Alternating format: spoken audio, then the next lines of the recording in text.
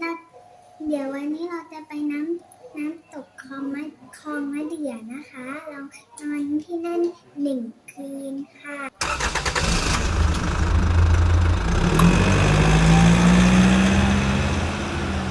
เข้ามาทางวัดบ้านดูนะคะซอยคลองมะเดื่อ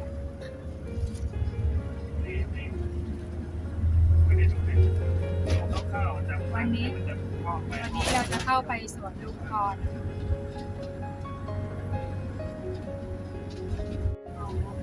ใกล้ถึงสวนลุงพรแล้วค่ะ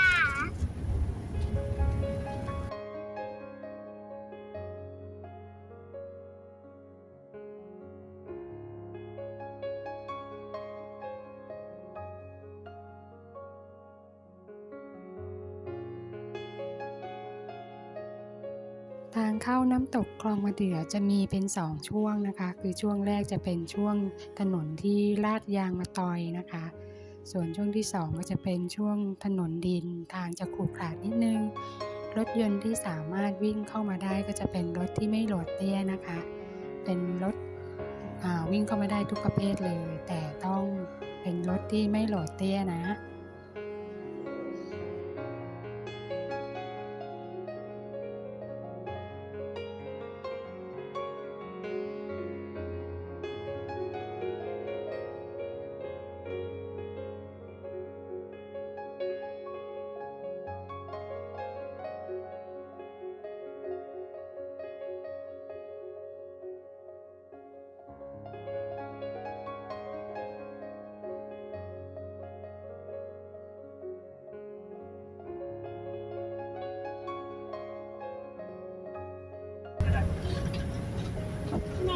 ทองดี3 ลูก100ไม่ขวดทีนี้ก็มีนะไม่ขวด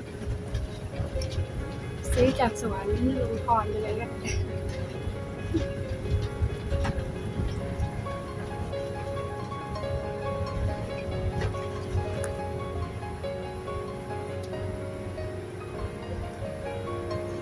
ทางโอเคเลยถูกค่ะทางไม่โอเคเลยค่ะพ่อมีซิกแซกไปเลยนะคะพ่อมีซิกแซกแบบตัวขยับไปขยับมาเนี่ยค่ะ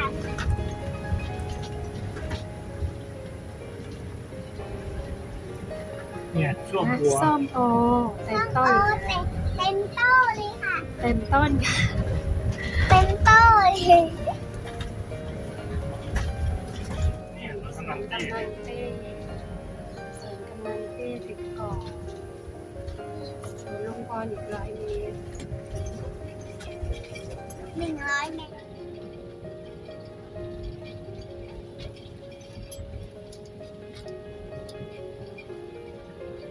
ไอ้คันขาวนี่ไม่เอาเข้ามาเลยแล้วเนี่ย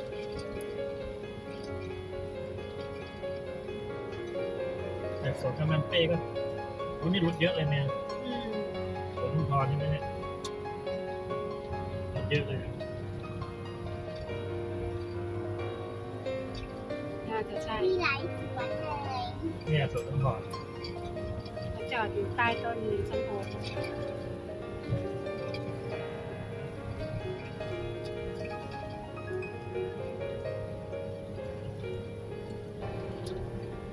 แล้วค่ะสวนลุงพร สวนลูกโชยข้างในโหรถเยอะอันเนี้ย ผู้ใหญ่20เด็ก20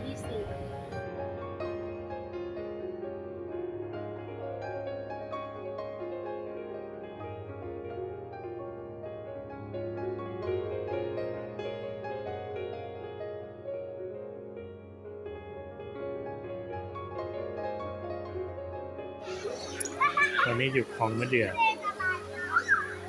น้ำก็โอเคอยู่นะน้ำก็เย็นๆอยู่ลูกสาวไม่สนใจพ่อแม่เลยอยากจะเป็น YouTube แต่ไม่สนใจพ่อแม่เลยลูกสาว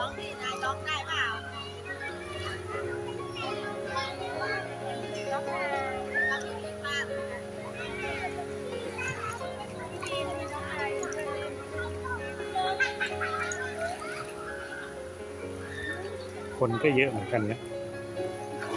น้ำก็ ก็โอเคอยู่น้ำใส เดี๋ยวรอดูกัน คืนนี้จะนอนรอดไม่รอด แคมปิ้งคืนแรก บรรยากาศดีมาก อันที่มีเล่นนะคะ มันจะแบบตรงเนี้ยมันจะโดนหินค่ะ แล้วก็เจ็บ เชิญชวนให้ทุกคนมาเที่ยวน้ำตก ตอนนี้ คลอ หาง ย มะ แล้ว เดี่ ค่ะ ยวสวนลุงพรนะคะ มีหลายสวนเลย แต่ที่มาพักกันเป็นสวนลุงพรค่ะ ไปเล่นน้ำดีกว่า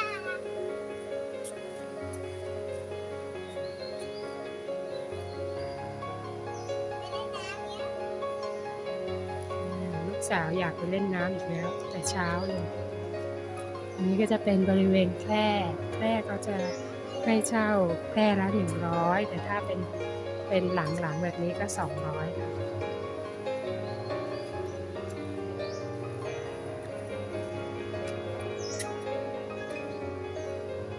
ดูบรรยากาศคนมานอนกลางเต็นท์อยู่บนแคร่เมื่อคืนนี้ก็ฝนตกนะคะ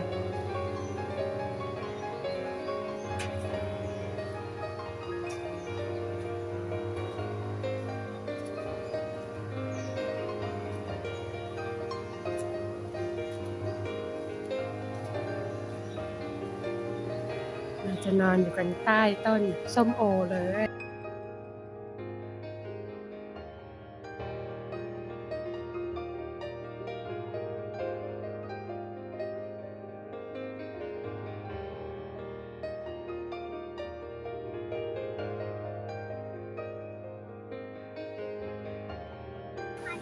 ลูกสาวขอเล่นน้ำแต่เช้าเลยลูกมันเย็น น้ำเย็น น้ำมันเย็นนะลูก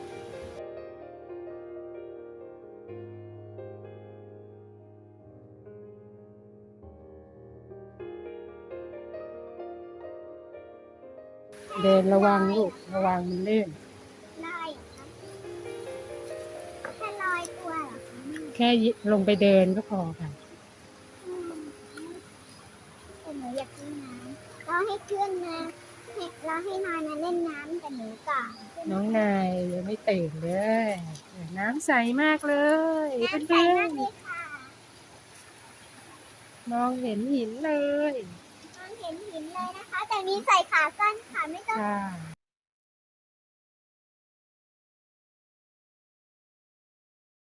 วู้น้ำเย็นดีอ่ะไม่หนาวมากแล้ว แต่ก็เราให้น้องนายมาเล่นก่อนนะคะ อืม ว้าวหินอ่ะโอ้โหลื่นจริงๆหินแต่ว่านั่งตรงนั้นไม่ได้นะคะทำให้ตูดเปียกได้นะ ใช่ แม่ไม่ให้จุ่มน้ำนะ ให้เดินได้อย่างเดียว เย็น น้ำไหลดีมากเลย น้ำตก แต่ตรงนั้น ตรงโน้นจะมี ำ สะพานด้วยค่ะ สะพานข้ามมาเป็นเกาะเล็ก แต่เรายังไม่ต้องจะไม่ดีนะไม่เปียกอุ๊ยเดี๋ยวจะลง ๆอืม แม่ดูแม่ดู เดี๋ยวพาเดินดูนะคะ เดินดูรอบ เดี๋ยวหนูเอาขาถึงน้ำไปก่อนนะคะ ๆ ระวังนะลูก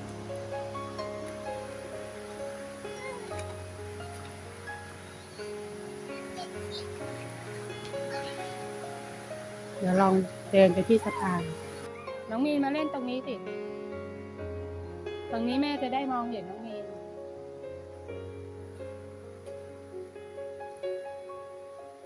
เดี๋ยวแม่เดินไปตรงสะพานนะคะ เดินดีๆนะ ระวังล้ม เดี๋ยวหนูไปเล่น ระวังรองเท้าลื่นนะ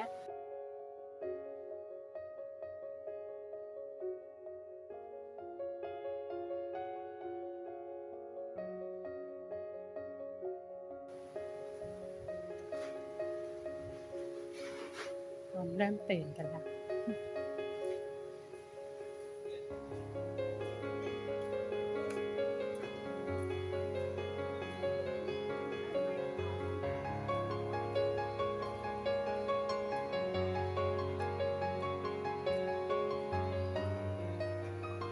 ส้มโอร่วงเต็มเลยเรานอนกันอยู่บนใต้ต้นโพที่รถเมื่อคืนเรานอนรถตู้นะนอนได้โอเคอยู่นะ กำลังดีเมื่อคืนพัดลมไฟมันตัดไปเราใช้ไฟจาก UPS ก็ไม่ร้อน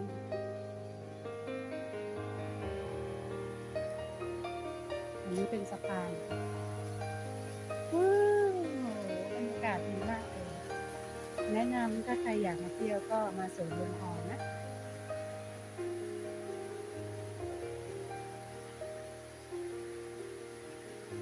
เนี่ยแพ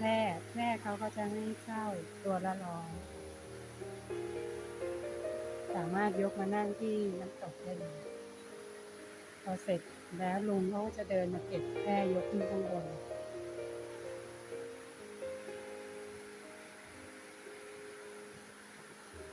คนที่ตื่นเช้าสวยบรรยากาศดีมาก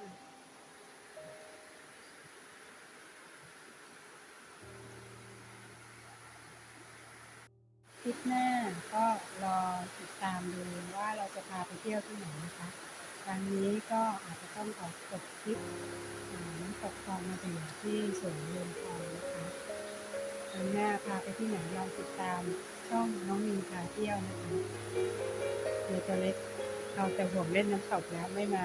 เป็นพาเที่ยวน้องมีนพาเที่ยวตามช่องนะ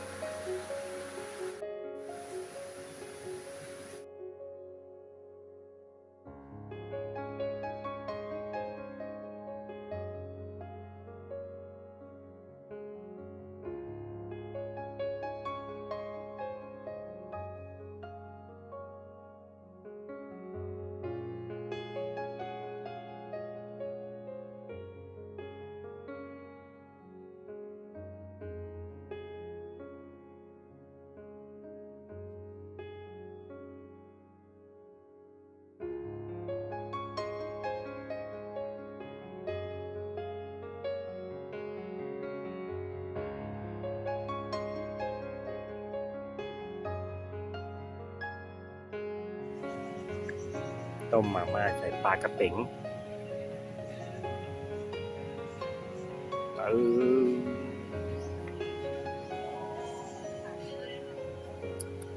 อากาศเช้าก็เย็นดีนะพอได้เย็นนิด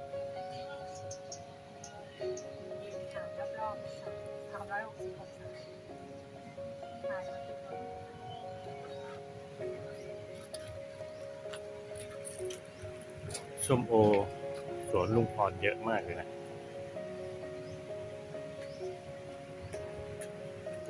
คืนนี้เรานอนในรถนี่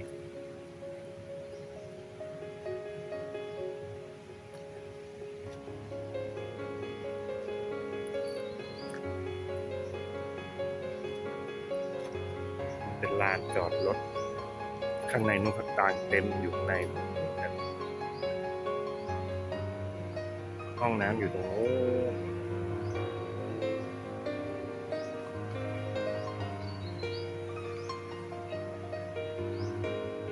บรรยากาศก็โอเคอยู่ใช้ได้ แต่วันเสาร์อาทิตย์คนจะเยอะหน่อย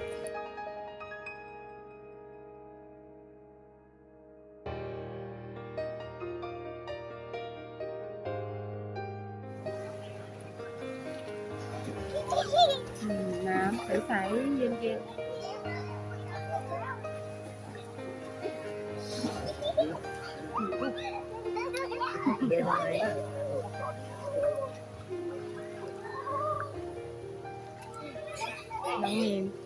น้องมีนขี้กลัว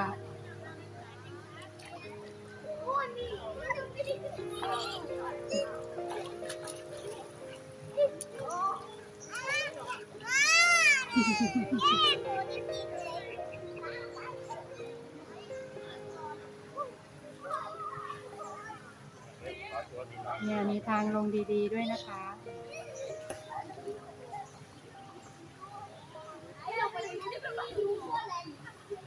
ต้นใหญ่ๆนี่มันจะมีต้นมะเดื่ออยู่ด้วยนะคะต้นไม้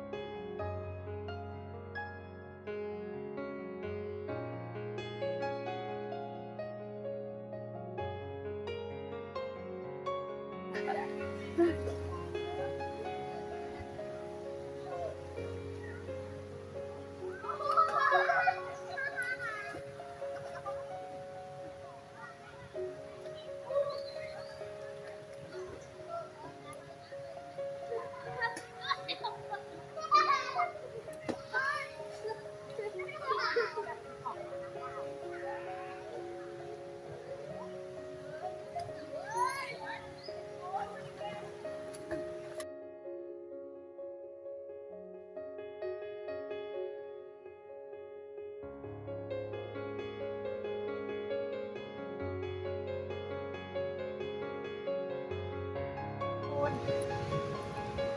เพื่อนการประกันชนได้ข่าวว่าเขาก็จะปล่อยสปริงเวย์ จะปล่อยสปริงเวย์แต่ว่าไม่รู้เวลากี่โมง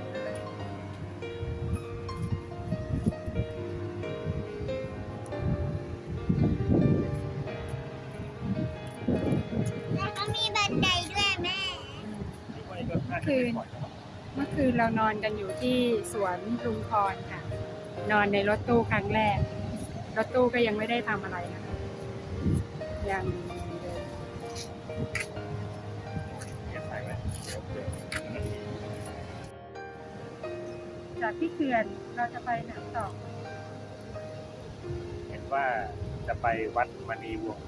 ที่บ้านนา เป็นวัดที่พญานาค ไม่รู้ ถ้ำ ไม่ พ เคยไป ญานาค ไม่เคยไป ไปก็เลยจะไปดูกันเดี๋ยวลองดูกันนะคะว่าวัดจะสวยงามแค่ไหน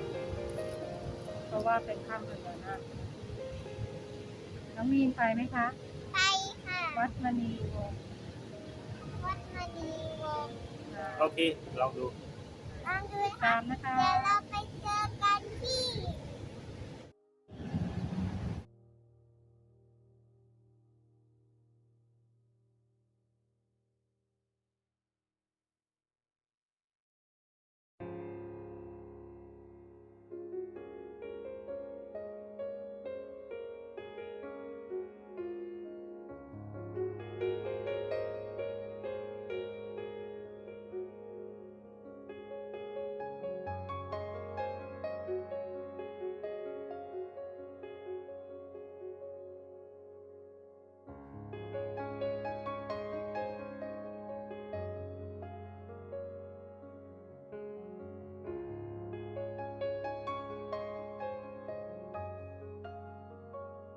เข้าด้านในได้เลยนะครับ เดินไปชมคลองสองบาทด้านหลังกันก่อนนะคะรบกวนอย่าลืมฝังทางด้านหลังเข้านะคะด้านหลังจะได้ลงทำงานของในความไม่สะดวกค่ะ ในพระอาจารย์ของทุกคนเดินตรงไปหาพระอาจารย์ด้านหน้าได้เลยนะครับตรงตามสมบัตินะครับขึ้นไปเลี้ยวซ้ายนะครับตามสมบัติด้านหลังนะครับขึ้นไปเลี้ยวซ้ายนะครับ